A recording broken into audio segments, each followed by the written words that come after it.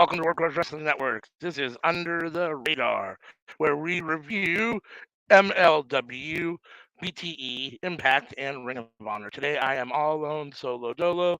It is your boy ALW. CM has some other stuff going on tonight. So this will be kind of short and sweet, but I will touch on all the things except for BTE. I didn't get a chance to watch that, so sorry, y'all. And actually, that is CM's wheelhouse, so leave that for her. I don't think she does MLW when I'm not here, so we go ahead and kick it off with MLW. This week there was not much going on MLW.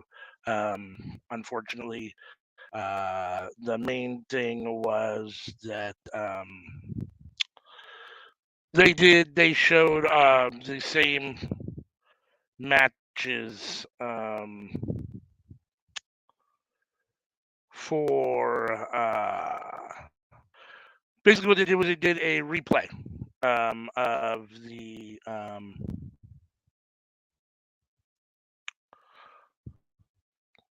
the match that ML basically it was a hour-long episode where they hyped up Fury Road's championship match, national championship match, open weight, heavyweight champion, national heavyweight championship match, the belt that Alex Kane is holding right now. They replayed. They had some video packages of Alex Kane and Willie Mack getting ready for the match, working out, training, all that stuff. Then they had in full the match where Alex Kane beat Hammerstone to win the title, and then they also had the match in which Willie Mack qualified to face Alex Kane at Fury Road on September 8th. So that was all of last night's episode or this week's Fusion. I think it was episode 180. But I will talk a little bit about Fury Road. Let's see the matches that they have for Fury Road, which is September 8th. Oh, no, I'm sorry. It's actually the 3rd. September 3rd, Fury Road. The first, let's say they're going to be Kushida versus Tony Deppen, which should be a really good match. Both guys can really go. National Openweight title. This is Fatu versus Ricochet and Page. Fatu is great, and we'll see what ends up happening. I assume that Fatu retains here, but Ricochet and Page and him and had a couple good matches. Ricochet and Page is they're pushing him. They're pushing the calling. He's one of Raven's main guys, so it is kind of up in the air. But I assume that Fatu retains. Ooh, this is a tough one. This should be a really good match. I assume that Tracy Williams wins here, but should be really good. Then we get Matt Cardona versus Mance Warner. I hate Matt Cardona, and I'm a Mance Warner fan, so obviously I'm going with Mance Warner here. Should be a good match. Maki Ito versus Becca. I don't like Becca. I don't think she's a good wrestler. I don't think she's a good singer. She cost me my opportunity on the Smart Psychology predictions, uh, contest that they have over there. And I do like Maki Death Kill or Maki Death Ito, I guess. And so, yeah, I assume Maki Ito probably gets the win here, although Becca's been all over the place and they're kind of pushing her a little bit. So I don't know. We'll have to see. And then the main event, which is, basically what the show is for, Alex Kane and Willie Mack. This is Alex Kane's first defense. And although I do think Willie Mack's going to give him a good match, I do think Alex Kane is going to win. I'd be very surprised if Willie Mack won here. That'd be a very strange turn of events. This might not be their only match. This could lead into a feud where, Kane wins here and then somehow Willie Mack gets a second chance or something, or Willie Mack wins by DQ here. I could see something like that happening. And Kane retaining the title potentially, although that's an odd result in your first defense. It kind of makes your champion look weak. And Alex Kane with the Boy Fight Club, one of his things is that he's, strong, overpowered. So he's a very tough guy, and so that would put him in kind of a weird position. It would make him look kind of vulnerable. So I don't think that's going to happen. I assume Alex Kane wins. This is probably the Willie Mack's only shot at Alex Kane, but who knows? I love Willie Mack, so I'm rooting for Willie Mack. I'm rooting for Willie Mack. We will see what ends up happening. That is all for MLW. We did have this last weekend. We did have the Emergence pay-per-view. So before we start talking, well, I'll crack into Impact, but I'll start with Emergence. Um, on the pre-show, we had Mike Bailey defeat Alan Angels in what was a pretty good match. I'm always here for Mike Bailey and Alan Angels. Both of those guys, both are really good workers. I enjoyed this match. I thought it was good. I'm not quite sure why it was on the pre-show, but it is what it is, or your pre-show kickoff show. Um, but it is what it is. Then also on the pre-show we had Joya, Joe Hendry and Yuya Uemura against the Good Hands. Obviously Joya won, and I'm here for Joe Hendry and Yuya Uemura. I really like Joe Hendry. I really like Yuya. I thought it was a good match. Not much to say about that. Eric Young is back. He defeated Diener. He's on this mission to get, I guess, retribution against by design. And so it started off here with Diener, and he got the win. You'll see later this week on Impact Wrestling on Access TV, he beats up Khan. So he's now beat up both guys, and I'm not sure what's next for Young, but this was an okay match. Then we had the Impact Women's Championship match. What's going on here? Why are we on the ticker? I don't should be on the ticker. I want to show. Oh my god, why is it on the ticker? Oh, I see why. It's on the ticker because it is too big, too many characters to show. So this was the Impact Tag Team Title 4 match: MK Ultra versus the Death Dolls versus Michelle Shaw and Savannah Evans and Jody Threat. Uh, yeah, 4-way defeated. And Jody Threat and Kylan King. Um, MK Ultra, Monster Slamovich, and Killer Kelly retained. Solid match. Again, as I always say, when you have, what do we got? 2, 4, 6, 8 people in the ring, it gets a little complex. It's always hard to kind of follow. Usually, the cameras are bouncing around. You have the one hard camera that does try to get most of the stuff. But this was a good match. I really like Killer Kelly and Masha Slamovich together. So they retained their titles. And I thought that this was a solid match. It may have been the best match on the card. Um, we then had Johnny Swinger and Kenny King. Kenny King won and retained. I don't really have anything to say about that. Then we had Subculture versus um, the Rascals. Subculture just won the belts. This is for the tag team, the Impact Tag Team title belts. Subculture just won them, and here the Rascals win them back, which I thought was very odd. I guess maybe we're gonna do a back and forth here. I guess if you're gonna have the Rascals beat Subculture right after they won them, why have Subculture win them at all? Why not just put them? Why not just have the Rascals win them at whatever we did? It was either a 3-way or a 4-way where the Subculture won. I believe it was a triple threat tag team match where Subculture won. Um, so I'm a little surprised that the Rascals won that, but at the same time, they love the Rascals and Zachary Wentz is back.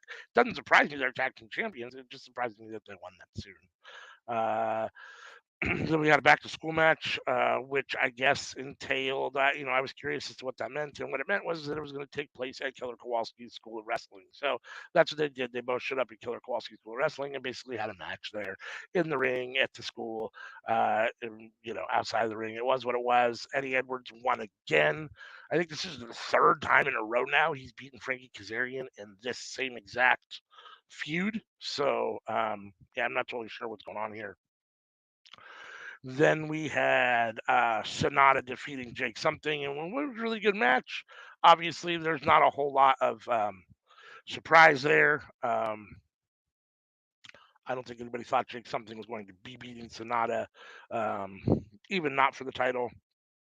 But Jake had a good outing, and they wrestled together as a trio on Impact later in the week. So, um, Sonata had a good showing. I thought, it was a solid match. It could have been the best match of the night. It was right up there. Then we had Brian Myers, Bully Ray, Leo Rush, and Moose defeat Josh and Time Machine of Alex Shelley, Chris Sabin, and Kushida. This was a real surprise to me. I didn't think those guys were going to win. I thought for sure Josh Alexander, especially just coming back, we get his win back, get his a win in his first match back, and very rarely do you see the heels. I feel like winning a match like this, so I guess it is what it is. But I was surprised. It was a good match though. Uh, Leo Rush, Josh Alexander, Alex Shelley, Chris Sabin, and Kushida are really good wrestlers. Brian Meyer, Bully Ray, and Moose, and it is what it is. But with five guys that can really go, you're gonna have a good match. And this was a good match. Moose got the win. Moose actually got the pin, which okay, I guess it is what it is. So, and then we had the main event of Emergence, which was Trinity versus Deonna Purrazzo. Trinity retains her title. We talk about Trinity on here all the time. We love Trinity. I've got nothing to say other than she looked great. She defended her title. It's a really solid match. Deonna Purrazzo is really good. This makes Trinity look really good. Deonna Purrazzo, has long been considered one of the best women's wrestlers in the world. Trinity got a clean win here in a solid match and a great defense. I'm assuming we'll see this match again probably during Trinity's maybe even a Victory Road coming up in Trinity's defense or during Trinity's defense. No, it won't be a Victory Road. She's going to face somebody else in Victory Road. But she's going to face Alicia Edwards in Victory Road. I'll get to that in a minute, actually, now that I'm thinking about this in my head. Um, so yeah, this could be match of the night. Sonata versus Jake something could be match of the night, as well as the MK Ultra triple threat match. Or the four way. I'm going to go with Trinity and Deonna Purrazzo. I really enjoyed that match. Trinity got the win. It was a huge win for her. Again, Deonna being who she is, this is a huge feather in the cap. Trinity, and so that's what I'm going to go with. So then we had this week's Access Wrestling on TV or Impact Wrestling on Access TV. Uh, it is what it is. They're trying to build up the Victory Road, which is coming up in September here, like 2 or 3 weeks. And it started off with Kushida defeating Jilla Maloney, which was, a good match. Kushida, I like Kushida. I'm always here for Kushida. I do like Jilla Maloney. I think, he's a great part of the War Dogs. I'm looking forward to him being, on TV more, all that stuff. And I do like all the crossover stuff with New Japan and Impact right now. So I think that's cool. You know, solid match. Then we had Frankie Kazarian, Jake something, and Sonata. Finally, Frankie gets a win over Eddie. But to be fair, this is a six, it's a trios match, so it's not a one-on-one. So it is what it is. But Frankie, Jake something, and Sonata got the win here. I'm thoroughly convinced that the only reason they got the win here is because Sonata was in this match because they sure like letting Eddie Edwards beat up Frankie Kazarian. And they like putting Moose over. And for some reason, they really like Brian Myers. So um, that led into the 10-woman battle royal knockout. Battle royal. This was a weird battle royal. I thought it was pretty good until it ended. Uh, Alicia Edwards at one point was sent over the top rope, but she landed on the ring apron, rolled into the ring, so she was officially back in, and then rolled out and hid under the ring. And then when the match was basically over, um, we thought that whatchamacallit had won the match, and let's see. Hold on for just a sec. Um, and she pushed the two women over the top. The last two women in the ring, who I'm trying to remember who they were now. I believe it was Jody Threat and Masha Slamovich. No, it wasn't. Let's see. Evans. Final three. It's down to Kylan King and Jody Threat. So it was Kylan King and Jody Threat were the final two. They were working each other over by the ropes. And then Alicia Toot came in from under. Alicia Toot. Alicia Edwards came in to the ring and pushed them both over and got the win, which gives her a match against Trinity at Victory Road. So let's see, we were done with that. Oh, I didn't have the right matchup. So then we went on from that to we had Eric Young defeated Khan. So again, this is just further of Eric Young coming back. Actually, I'm giving you these matches out of order. I'm sorry here. This was the second match actually on the card on the show. And now he's beat Diener and Khan. I don't totally know what Eric Young's going to do now in Impact, but I guess I'm here for the ride. I like Eric Young. His helmet mask thing, it looks like a motorcycle helmet. It's a little odd, but I guess it is what it is. I'm a huge Eric Young fan, so I'm all here to see what he does. The show, I think, opened was actually Mike Bailey versus Crazy Steve. Crazy Steve has been doing interviews backstage where he's been kind of pouring his heart out to. Um, I'm trying to think of the guy's name, the announcer's name that's doing it. Please forgive me. But anyhow, so he's kind of been even more crazier. And this week he came out and instead of trying to wrestle Mike Bailey, he just attacked him, gouged his eyes, and then took a fork out of his shoe, trying to stab Mike Bailey with the fork. And then he got DQ'd. Black Taurus came down to the ring to try to, kind of be like, what's going on with you? He tried to attack Black Taurus and gouged his eyeballs out. So Crazy Steve is definitely doing some crazy stuff. The actual main event of this week's Impact was the Frankie Kazarian and Jake Something Sonata match. Um, so let's see. And then last but not least, we have Ring of Honor. I'm not going to talk about every match because they had a bunch of matches that were not really worth talking about. Um, the main match that I thought was, I thought I'll mention this, even though Angelica Risk isn't really worth talking about. Marina Shafir looked really good. I'm happy for her. I hope she's getting over that hump and going to get a bigger push. I want to see her in some sort of. I'd like to see her against Athena, or even Chris Statlander. Zack Sabre Jr. versus Metalik was a very good match. Zack Sabre Jr. retained his belt. Um, let's see. Then we had what else? That might have been the best match of the night. I'm just gonna honorable mention the Outrunners look great. I love Truth Magnum and Turbo Floyd. They're a total throwback to the '80s, which was fun.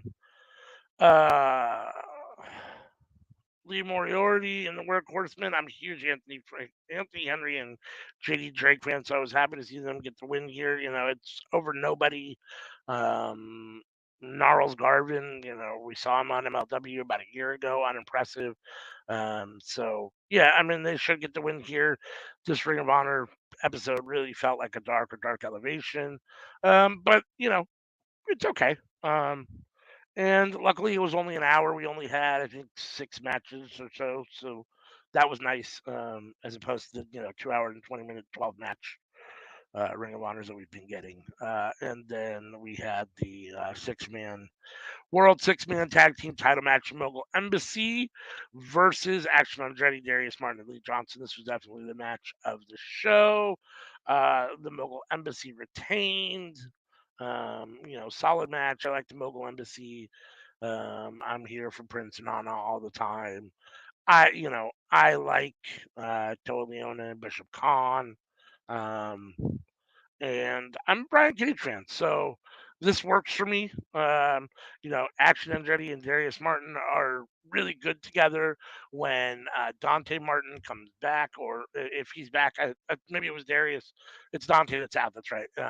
right now. So when Dante comes back, maybe they can all three form some sort of faction, or trio and do some stuff. I'd be here for that. I'm always here for Big Shotty Lee Johnson. So that was basically it for Ring of Honor. Let's see. There are Ring of Honor this week. There are two Ring of Honor there are two Ring of Honor matches on the All Out AEW All Out card this Sunday, September 3rd. We will have Samoa Joe versus Shane Taylor for Samoa Joe's World Television title. This is a tough one here for me. I don't totally know. I think Samoa Joe probably wins, but Shane Taylor's looked really good in the past. I'm a huge Shane Taylor fan. I don't think he's getting enough of a push right now. I'm not totally sure what they're doing with Shane Taylor. He hasn't really been on Ring of Honor TV too much, and he hasn't definitely been on any pay-per-views or anything. So he's not feeling in the mix. So it is what it is.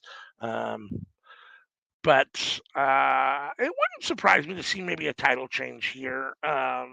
But at the same time, I'm going to go with Samoa Joe.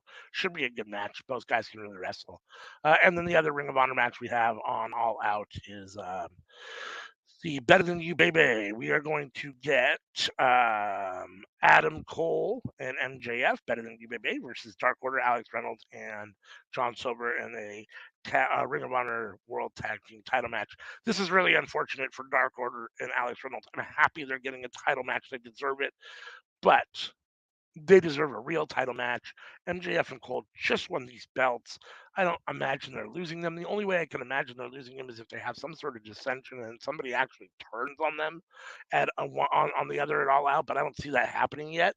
And so as a result, Alex Reynolds and John Silver, who are a really solid tag team, should be Ring of Honor tag team champions, should be AEW tag team champions at some point, should be trios champions with either Dark Order or Stu, if Stu ever comes back at some point, um, are going to get fed to, um, you know, uh, Better Than You Baby here, and I assume Adam Cole and MJF will retain.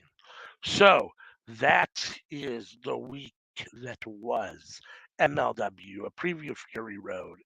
Impact Emergence recap, Impact on Access TV weekly recap, Ring of Honor on Honor Club recap from this week's show, and a quick little preview of the two Ring of Honor matches on the AEW All Out card on Sunday the 3rd.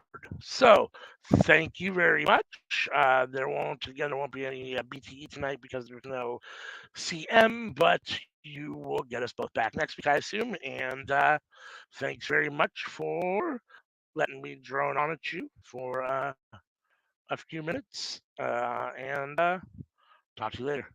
Peace.